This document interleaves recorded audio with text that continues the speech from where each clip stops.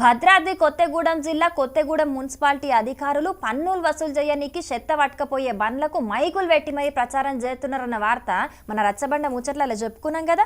ఇక వాళ్ళు ఆ బిల్లులు వసూలు చేయనీకి ఎంత గోస పడుతున్నారో ఈ ముచ్చట చూస్తే మీకే పురాగా సమజైతుంది. చూద్దాం పండ్రి. మీరు ఫాదర్లుగా ఉన్నారు, మేము చిన్న ఉద్యోగస్తులు, మేము అసలు వ్యతిరేకించాం. మీ ఆర్డర్ని ఓబే చేయడానికి రెడీ, కానీ మేము పనిచేసే క్రమంలో మమ్మల్ని ఎందుకు సార్ ఇబ్బంది పెడతాం? ఒక్కొక్కరికి షోకాజ్ నోటీస్ ఇచ్చారు, అయినా మా ఏదైనా మేము దాన్ని రాసిచ్చాము. వన్ డే షారీ కట్ అంటే అది ఎక్కడ పోతాం సార్, అది న్యూసెన్స్ గా క్రియేట్ అవుతాను సార్. బయట చాలా ఫ్యామిలీస్ ఉన్నాయి సార్,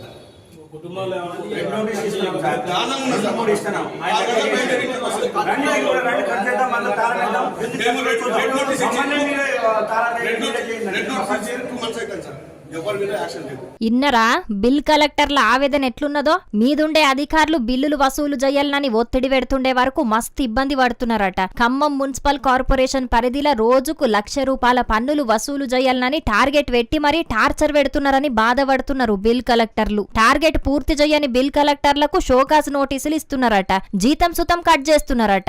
ఇదెక్కడి న్యాయం సారు? చిన్న చిన్న ఉద్యోగుల మీద ఇట్లా ప్రతాపం చూయిస్తారా అని ప్రశ్నించిర్రు. ఇక వీళ్ళ మాటలిన అసిస్టెంట్ కమిషనర్ సార్ ఏమన్నాడో ఈనుండ్రి.